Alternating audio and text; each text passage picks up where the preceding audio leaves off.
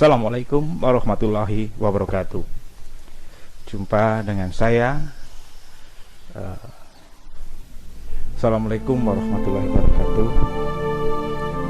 Selamat pagi anak-anakku. Pagi ini kita akan melakukan pembelajaran sejarah. Sungguh disayangkan sekali dan sangat rindu rasanya saya bisa berada di tengah-tengah kalian lagi. Mungkin ini adalah cobaan yang harus kita terima, dan kita untuk terus menjaga diri, menjaga kesehatan, kita terus bersama semangat. Dan kita harus, saya himbaukan, kita harus mengikuti anjuran dari pemerintah, yaitu stay at home. Oke, kita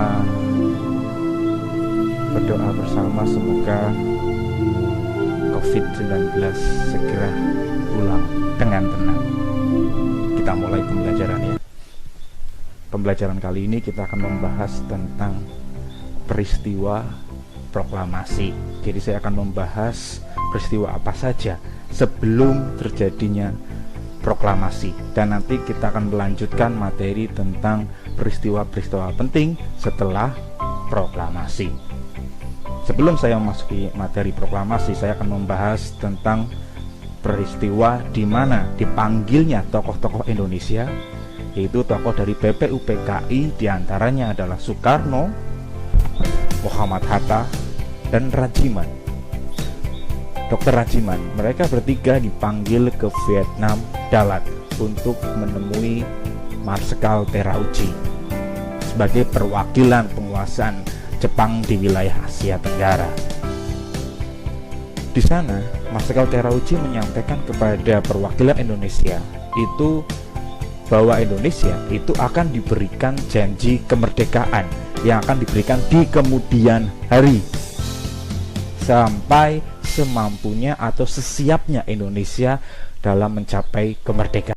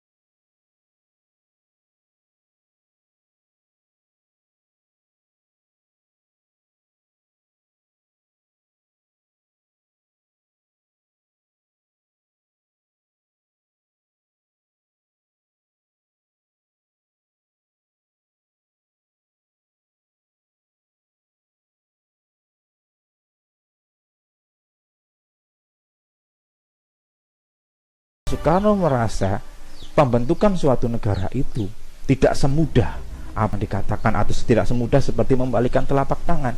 Butuh persiapan panjang yang mulai dirintis dari adanya BPUPKI sampai nantinya akan adanya rapat PPKI. Dalam pembentukan negara juga akan membahas namanya dasar negara, hukum-hukum konstitusi, alat kelengkapan negara. Itu harus benar-benar dikemas dan juga harus benar-benar sempurna, harus lengkap adaannya.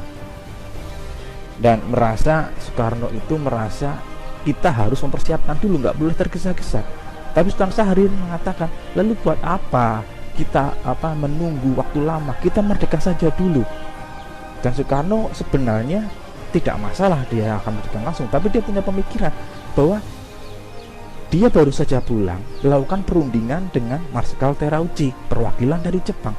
Dan dia punya pemikiran kalau tiba-tiba dia memerdekakan sendiri tanpa perundingan dari pihak Jepang, dan masih banyak tentara Jepang yang ada di Indonesia, dan Soekarno nggak mau memunculkan korban yang begitu besar, karena pasti Jepang akan merasa dilukai janjinya, yaitu atas perundingan Soekarno, Muhammad Hatta, Rajiman dengan pihak Jepang, sehingga dia nggak mau mengingkari hasil perundingan yang dia dapatkan di Vietnam dalam lepas itu dari permasalahan kekalahan Jepang dengan Sekutu.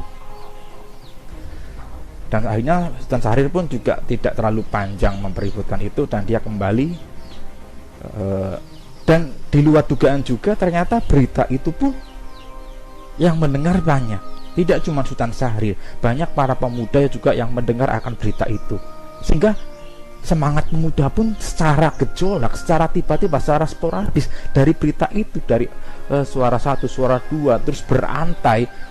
Justru mereka ternyata ada pergerakan melakukan perkumpulan untuk membahas tentang peristiwa itu yang hampir sama pemikirannya dengan Sultan Syahrir. Dan akhirnya para pemuda itu pun berkumpul di Jalan Pegangsaan Timur dekat dengan rumahnya Soekarno, yaitu di lab bakteriologi. Dan Soekarno pun sama mendengar berita dari Sultan Syahrir. Dia merasa karena berita itu disiarkan secara internasional, hampir semua bisa mendengarkan, mungkin Soekarno juga paham bahwa pasti akan ada yang mendengar selain dari Sultan Syahrir, sehingga dia pasti sudah punya pemikiran akan ada beberapa kelompok juga yang sepemikiran Sultan Syahrir dan akan meminta kepada Soekarno untuk merdeka pastinya. Dan ternyata betul, di jalan yang sama itu di Pegangsaan Timur ada dua perkumpulan.